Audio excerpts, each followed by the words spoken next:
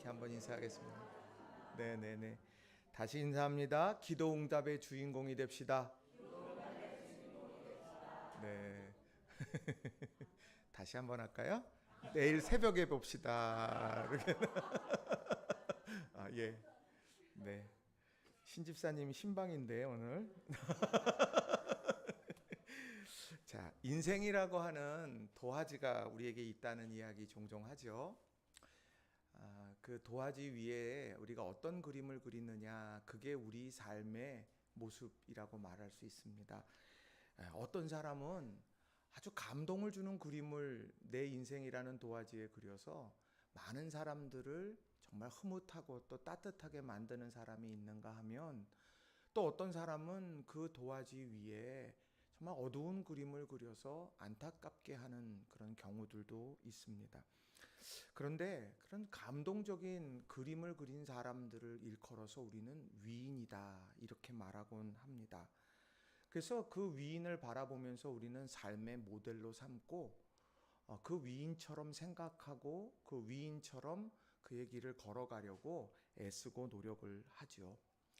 우리 신앙인들도 성경 속에서 그런 신앙의 위인을 찾기도 하고, 또 세상 속에서 믿음으로 걸어갔던 사람들을 우리가 살펴보면서 우리의 인생의 그림을 조정하고 또 예쁘게 그려갑니다.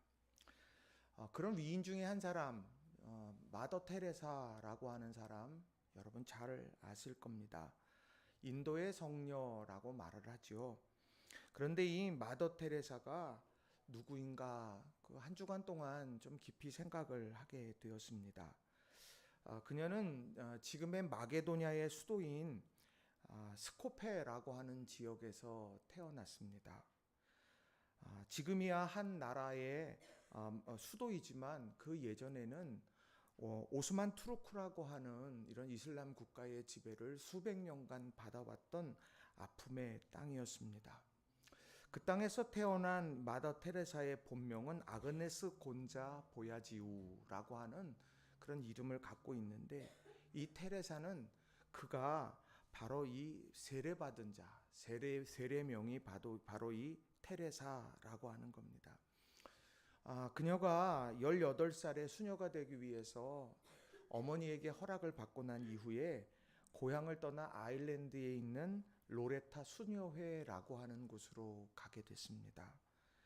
거기에 들어가서 이제 훈련을 받게 됐는데, 이 로레타 수녀회는 어떤 일을 하는 곳이냐면 영국의 식민지였던 인도로 이 수녀들을 파견을 해서, 그래서 식민지에 나가 있는 백인 자녀들, 그 자녀들을 가르치는 일을 했던 것이 이 로레타 수녀회의 수녀들의 그런 사명이었습니다. 테레사 수녀도 1928년부터 3년간 아일랜드 더블린에서 여러 기초교육도 받고 또 영어도 배우면서 결국엔 1931년도에 인도의 다질링이라고 하는 곳으로 파송을 받아 가게 됩니다. 그곳에서 백인 아이들에게, 이 소녀들에게 이제 지리학을 가르치게 됐고, 그리고 16년 동안 거기에서 계속 가르침을 반복해 가면서 교장까지 승진하게 되는 그런 아주 일들이 있었습니다. 그런데 1946년도에 이 콜카타 지역에서 다즐링이라고 하는 곳으로 피정을 가던 길에 기차 안에서 하나님의 음성을 확 듣게 됐습니다. 기차 안에 그 수많은 사람들이 있는데, 그런데 그곳에서 하나님의 음성이 그의 마음속에 깊이 새겨졌는데, 그 음성이 뭐냐? 거리에서 고통받는 인도의 가난한 사람을 돌보라. 거리로 나가 고통받는 인도의 가난한 사람들을 돌보라. 이런 주님의 음성을 듣게 됐습니다. 테레사 수녀는 이러한 주님의 음성 들은 것을 부르심 속의 부르심이라고 이렇게 표현했습니다. 즉시 이제 그 가톨릭 본부지요, 교황에게 이야기를 하고, 이제 자기를 이 학교에서 벗어나서 고통받는 인도의 가난한 사람들에게 가게 해달라고 청원을 넣게 됐습니다. 그런데 2년 동안이나 이 청원이 들어지지 않았습니다. 이유는 다른 것이 아니죠. 그 당시에 인도가 오랫동안 영국의 식민 지배를 받았는데 독립을 하게 됐습니다. 그런데 영국에서 파송한 수녀가 가난한 자를 돕는다라고 하는 것은 그의 생명을 부지하는 것이 굉장히 어려운 상황에 있었기 때문입니다.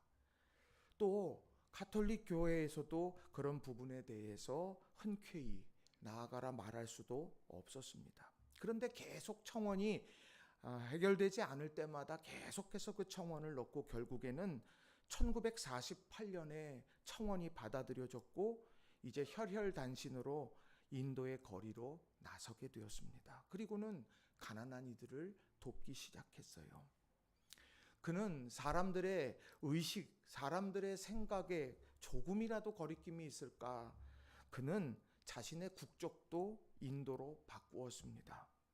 당대의 선진국이었던 그런 자신의 영국과 마게도니아의 모든 것들을 다 뒤로 하고는 인도의 인도인으로서 국적을 바꾸게 됐고, 또 그는 살이라고 하는 옷, 신부의 옷, 수녀의 옷을 벗고 살이라고 하는 옷을 입었는데 그 살이라고 하는 옷은 인도의 여인 중에 가장 가난하고 비천한 여인들이 입는 옷이었습니다. 그는 모든 것을 걸고 5명의 가난한 아이들을 보살피기 시작했고, 이후에는 병든 사람을 간호하고 죽음에 임박한 사람들이 보살핌을 받으며 임종을 맞을 수 있는 집을 짓기도 했습니다. 나병 환자들이 모여 재활의 기회를 마련할 수 있는 마을도 조성하기 시작했습니다. 그리고 1950년에 사랑의 선교 수녀회가 결성되고 후원단체가 생겨나기 시작하기까지 많은 어려움을 겪으면서도 그 사명을 감당했습니다. 1979년에는 노벨 평화상을 받았습니다. 이 노벨 평화상을 받을 때에도 그는 흰색 사리와 샌들 차림으로 평상시 옷 그대로 상을 받으러 갔고, 상금을 받은 후에는 이 돈으로 빵을 몇 개나 살 수 있을까요? 이렇게 말한 후에 상금을 콜카타의 가난한 사람들을 위해서 모두 사용하기도 했습니다. 한 기자가 이 테레사 수녀에게 세계의 평화와 통일을, 세계 평화를 위해서 어떤 일을 할 수 있을까요? 이렇게 질문했는데 그 기자의 질문에 테레사 수녀는 집에 돌아가 가족을 사랑해 주세요. 그렇게 이야기를 하기도 했습니다. 이제 세월이 흘러 테레사 수녀도 죽음을 맞이할 때가 되었는데 더 나은 의료 시술이 있었습니다만 자신이 돌보았던 환자들과 똑같은 치료를 해줄 것을 요청했고 결국 1997년도에 테레사 수녀가 임종을 하게 됐습니다. 그 이후에 사람들은 그를 기리면서 인도의 국장으로 장례를 치루었습니다.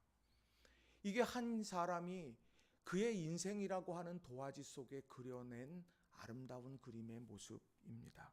그래서 지금도 테레사 수녀라고 말을 하면 그 섬김의 삶을 기억하면서 마음을 따뜻하게 감동을 경험하는 사람들이 많다라는 겁니다. 제가 왜 이 서두에 이 테레사 수녀의 이야기를 이토록 길게 여러분들에게 말할까요? 그는 기차 안에서 부르심 속의 부르심이라고 말하는 것처럼 하나님께서 주시는 그런 부르심에 대한 말씀을 경험했어요. 그리고 난 다음에 그가 그 부르심 앞에서 어떤 고백을 했느냐면 오늘 우리가 함께 우리의 말씀을 나눌 설교의 제목처럼 나는 하나님의 손 안에 있는 몽당 연필입니다. 내가 하나님의 손에서 나는 비록 작고 이제 버려질 수밖에 없는 몽당 연필이지만 하나님의 손에 잡혀서 나는 바로 이런 일들의 쓰임을 받았습니다. 이런 고백을 했다는 거죠. 그래서 저는 오늘 우리가 하나님의 손 안에 있는 몽당 연필은 보통의 연필보다 작지요. 그래서 무언가 끼워서 써야 되고 그것을 버릴까 말까 고민하는 연필이 몽당 연필 아니겠습니까?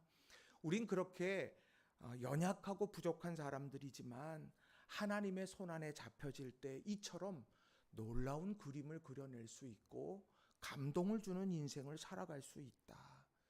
이것을 우리가 다시 한번 마음에 새기는 오늘 이 시간이 되었으면 좋겠습니다.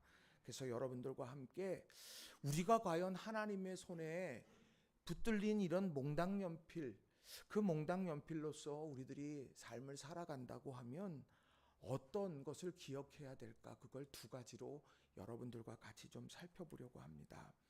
자, 첫 번째로는 자신이 가진 장점으로 사명을 감당하라는 겁니다. 한번 따라해 볼까요? 자신이 가진 장점으로 사명을 감당하십시오. 자, 우리 저마다 다 장점이 있고 단점이 있어요. 근데 어떤 사람은 그 단점만 바라보면서 내가 낙심하고 절망할 때가 있습니다. 저 사람은 저런 장점이 있는데 나는 이런 게 없어. 나는 루저인가 봐. 그러면서 이렇게 스스로를 비하하게 되는 경우들도 많다는 거지요. 그런데 중요한 건 하나님은 공평하신 하나님인 것 같아요. 저마다 하나님께서 나름의 장점과 은사들을 허락해 주셨다라고 하는 것입니다. 어떤 사람은 가르치는 은사가 있어요. 또 어떤 사람은 섬기는 은사가 있어요. 또 어떤 사람은 사람들의 마음을 헤아리며 공감해 주는 은사가, 다양한 은사와 장점들이 있다라고 하는 것입니다. 자, 그러면 바울이라고 하는 이 사람은 어떤 은사가 있었을까? 어떤 장점이 있었을까? 사도행전 22장 3절의 말씀을 보면 세상에 이런 장점이 있는 사람이 있을까? 참 부럽다 싶을 정도로 아주 큰 장점이 있습니다. 자, 사도행전 22장 3절을 보면 이렇게 기록합니다. 나는 유대인으로 길리기아 다소에서 났고, 이렇게 말합니다.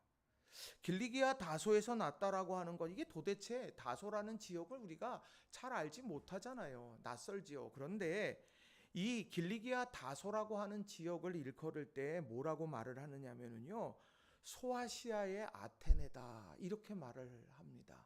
아테네는 지성의 상징을 이야기합니다.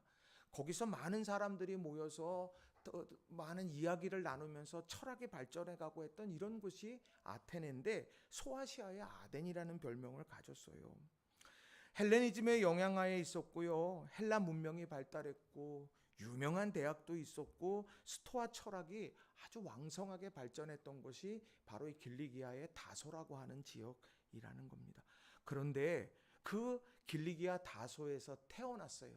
이건 장점 중에 장점이라는 겁니다. 왜요? 그곳에서 태어난 이들에게는 로마의 시민권을 주었기 때문입니다. 또 두 번째 강점은 뭐냐? 또 사도행전 22장 3절에 보면 이 성에서 자라 가말리엘의 문화에서 우리 조상들의 율법에 엄한 교훈을 받았다, 이렇게 말합니다. 그 교육이에요. 바울은 가말리엘의 문화에서 공부하면서 그는 많은 학식을 쌓아갔습니다. 특별히 율법에 대해서 저는 많은 것을 배웠어요. 사도행전 5장 34절을 보면 바리새인 가말리엘은 율법 교사로 모든 백성에게 존경을 받는 자, 이런 표현을 씁니다. 그러니 그 가말리엘에서 모든 사람들이 존경하는 그 선생님 밑에서 차근차근 그 율법에 대해서 신앙교육을 잘 받았던 사람이 바로 이 바울입니다. 강점이죠. 또 세 번째 강점은 무엇이냐? 다시 사도행전 22장 3절에 보면 오늘 너희 모든 사람처럼 하나님께 대하여 열심히 있는 자다. 그는 오늘 대충 믿은 사람이 아닙니다. 오늘 그는요, 하나님에 대해서 열심을 가지고 살아가려고 몸부림쳤던 사람, 이 사람이 바로 오늘 바울이라는 겁니다. 그러니 오늘 나는 길리기아 다소 사람으로 신분이 난 로마인이고, 나는 가말리엘 문화에서 공부한 사람으로서 학식도 뛰어나고, 나는 유대인으로서 하나님에 대한 열심도 가지고 있는 신앙인입니다. 이게 누구나 다 부러워할 만한 그런 모습이 아니겠느냐는 거예요. 그런데 오늘 그에게 어느 날 주님께서 마치 테레사 수녀가 기차에서 주님의 부르심을 다시 한번 경험한 것처럼 어느 날 다메섹 도상에서 부활하신 주님을 만나죠.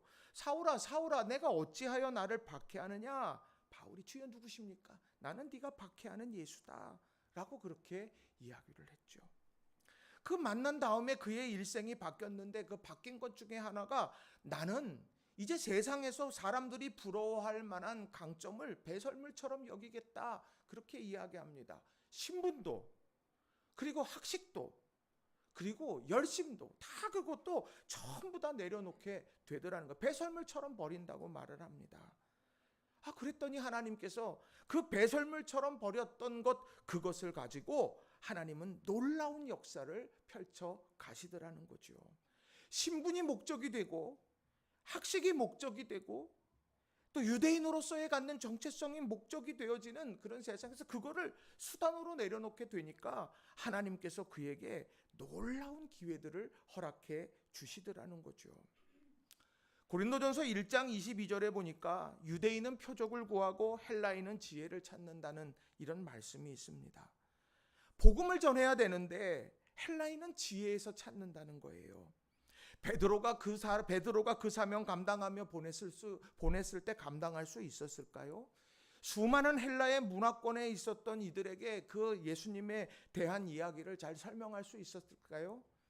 모르죠. 주님께서 함께 하시면은 놀랍게 이루어갈 수 있겠지만 하나님께서 이방인을 위해서 세운 사람은 바로 이 바울이었다는 거예요. 바울이 그런 이방의 사람들에게 복음을 전할 때에 그가 배설물처럼 버렸던 그 장점을 하나님은 활용하셨습니다. 길리기아 다소에서 태어났고 헬라 문화권에 가지고 있었던 많은 그런 여러 가지 경험들, 이런 것들, 또 로마의 시민권, 이런 것들을 가지고서 이 바울 사도가 정말 그 로마가 통치하는 모든 세계를 다 돌아다니면서 복음을 전할 수 있는 그 일들을 하게 만들어 가셨다는 거죠.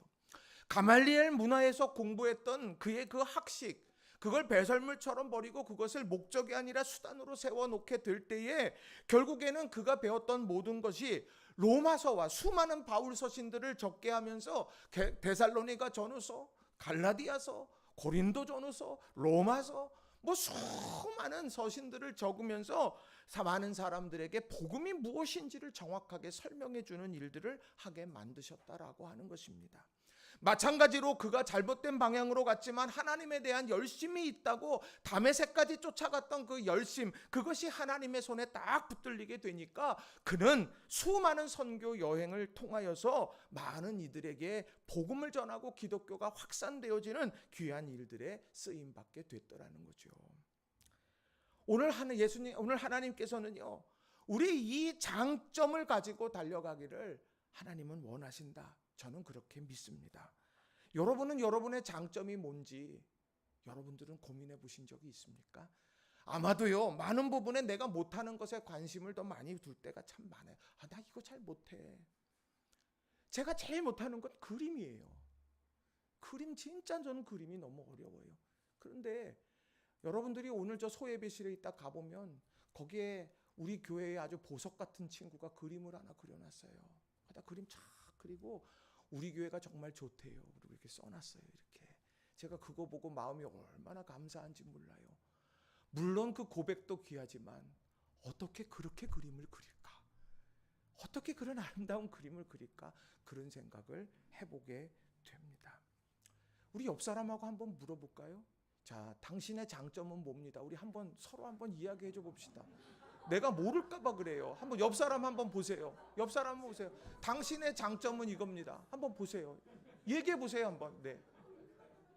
네. 네. 네. 장점 서로 얘기해 보셨어요?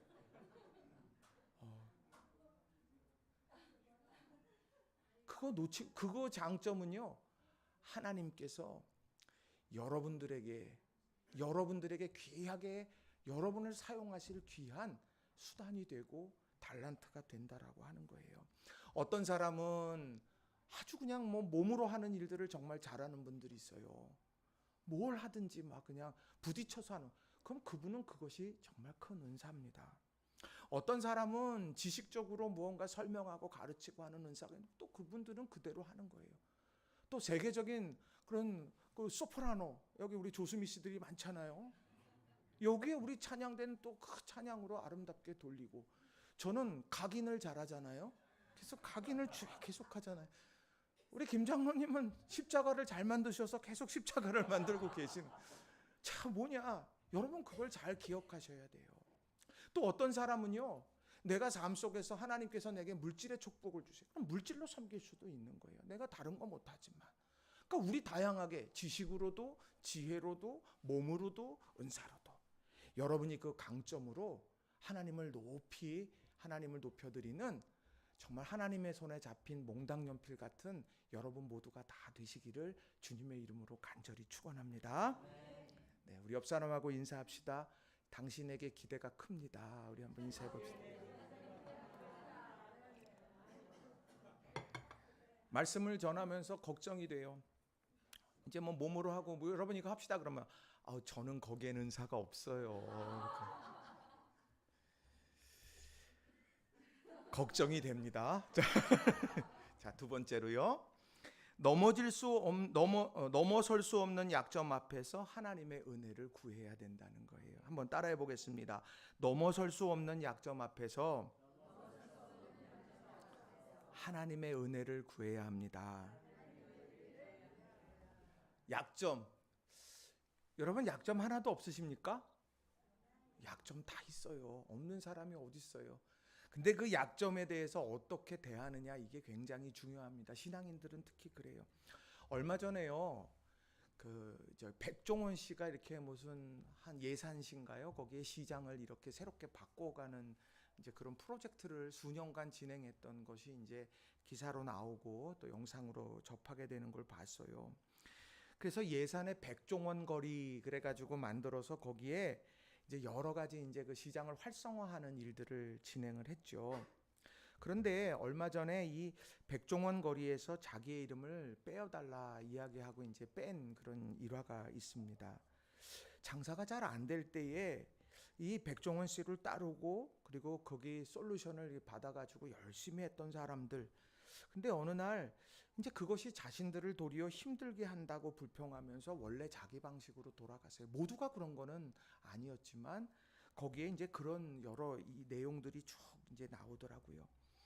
그래서 이 백종원 씨가 뭐를 주로 요청했느냐. 국밥집에 딱 가서 코칭하면서 이거 한 가지 원칙은 꼭 지켜주세요.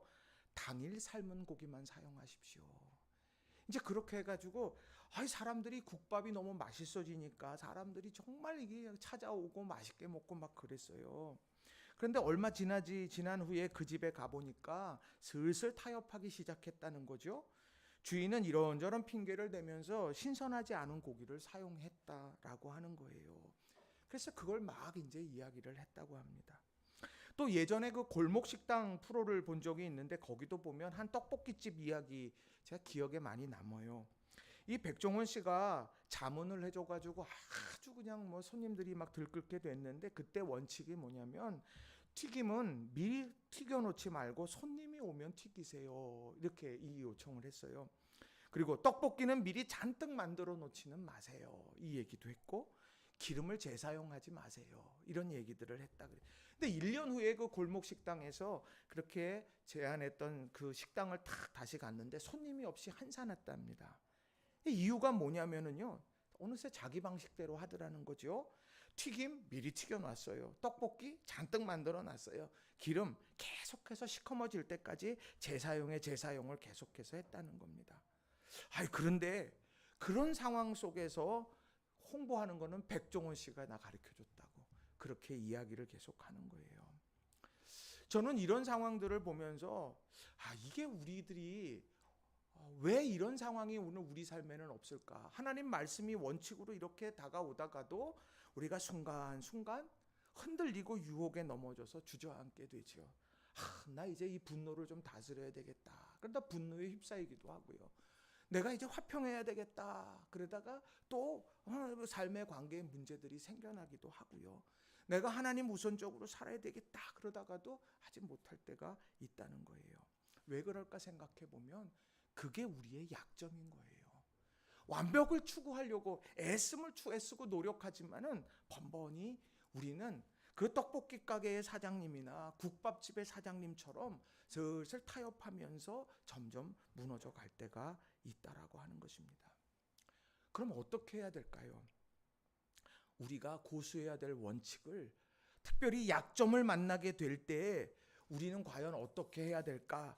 이것을 우리는 분명하게 뜻을 세워야 한다라고 하는 겁니다. 저는 이 약점 많은 세상에서 또 그런 내 존재적인 모습 속에서 제가 가지고 있는 원칙, 그것이 두 가지라고 저는 생각을 합니다. 오늘 본문 속에 나오는 원칙은 저는 두 가지라고 생각을 해요. 약점을 만났을 때. 하나는 뭐냐면요, 약점 앞에서 원망 대신 하나님의 뜻을 구해야 된다는 거예요. 약점을 만나거든 원망 대신 하나님의 뜻을 구해야 된다. 자, 고린도후서 12장 7절에 보니까 이런 말씀이 있어요. 여러 계시를 받은 것이 지극히 크므로 너무 자만하지 않게 하시려고 내 육체의 가시 곧 사탄의 사자를 주셨으니 이는 나를 쳐서 너무 자만하지 않게 하려 하심이라.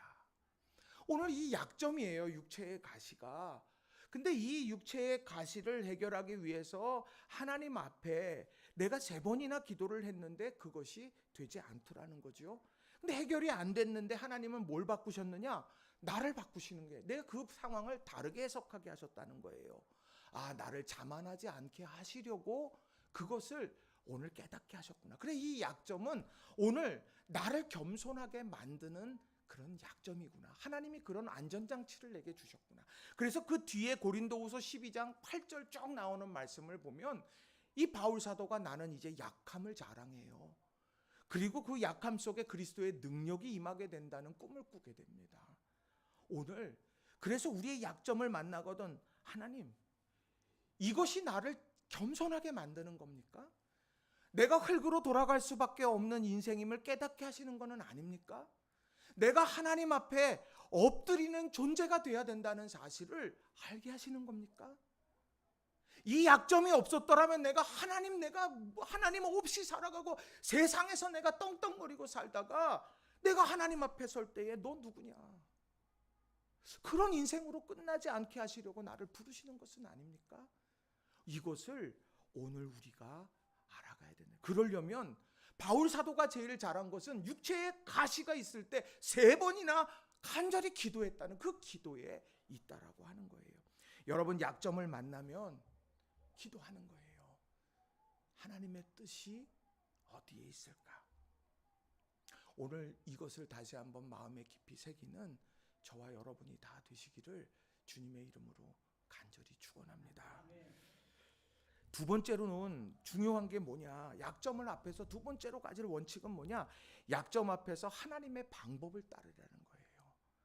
약점을 만나거든 그 순간에 하나님의 뜻을 구하고 하나님의 방법을 따르라는 겁니다. 자, 완전하지 못해요, 우리는. 근데요, 참 신기하게 우리들은 우리 곁에 하나님께서 예비해 놓으신 좋은 사람들이 있어요. 그 약점을 커버해 주는 사람들이 있다는 겁니다. 신기하게요, 내가 어떤 것을 이렇게 할 때 결정 못하는 사람 옆에 누가 있어요?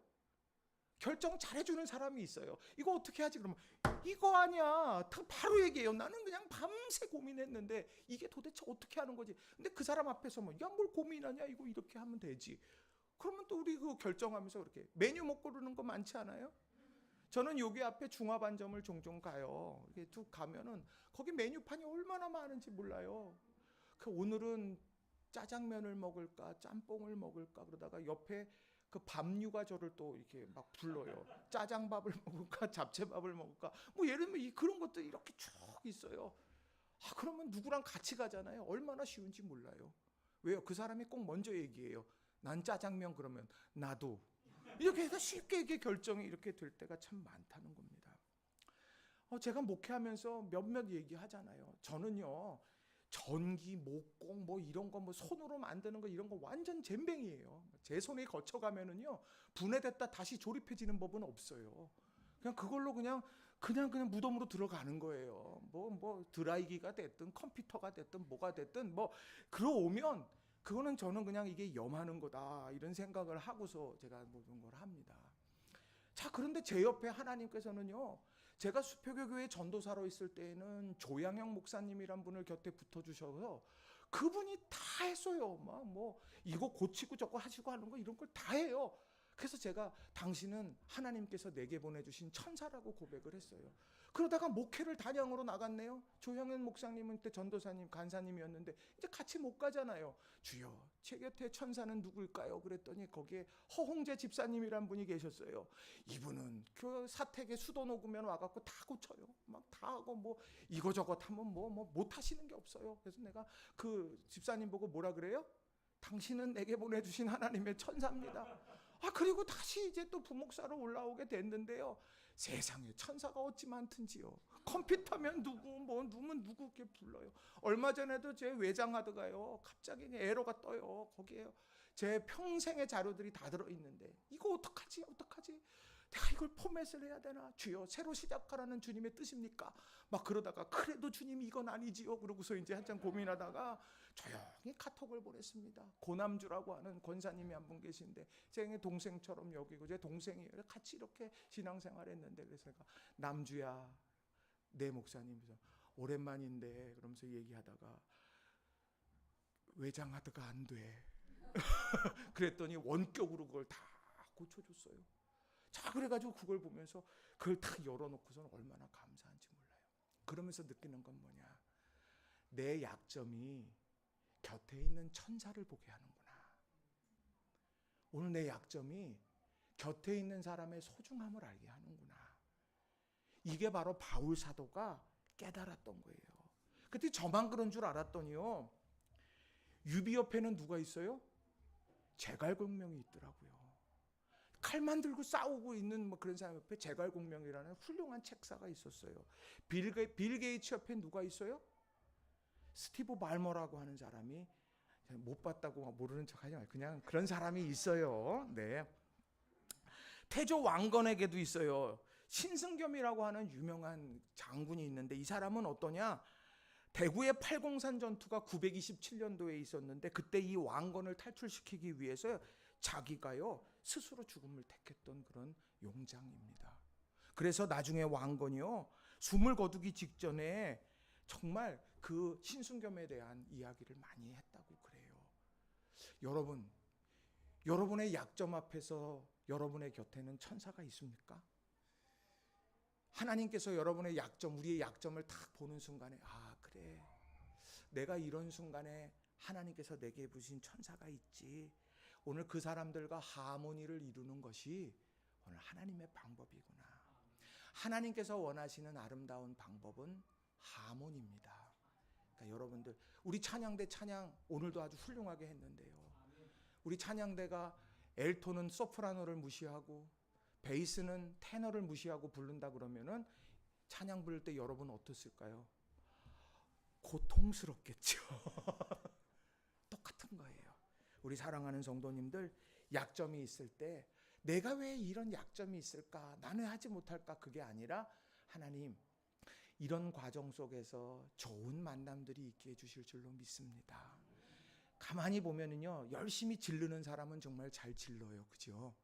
근데 뒷마무리가 안 되는 경우가 많아요. 그럼 그 곁엔 누가 필요해요? 왜 맨날 이래가지고 내가 이렇게 힘들게 해? 이럴지언정 같이 만들어가는 그 사람이 필요하다라고 하는 거예요. 그래서 우리는 곁에 이런 서로에게 천사들이 되어줘야 된다는 겁니다. 우리 옆 사람과 한번 인사해 보겠습니다. 당신은 나의 소중한 천사입니다. 한번 해봅시다. 진짜. 또 한번 인사합시다. 제발 이해해줘요. 제발 이해해줘요. 그러니까 여러분들 약점을 만나거든 하모니를 떠올리세요. 네, 하모니를 떠올리세요. 오늘 중식 맛있을 거예요. 오늘도 중식 먹을 때 짜면 어떻게 해요? 하나님이 주신 천사 보고 물 좀 주세요. 그래서 물 주시면 돼요. 뭐 싱거워요? 하나님이 주신 천사에게 뭘 원해요?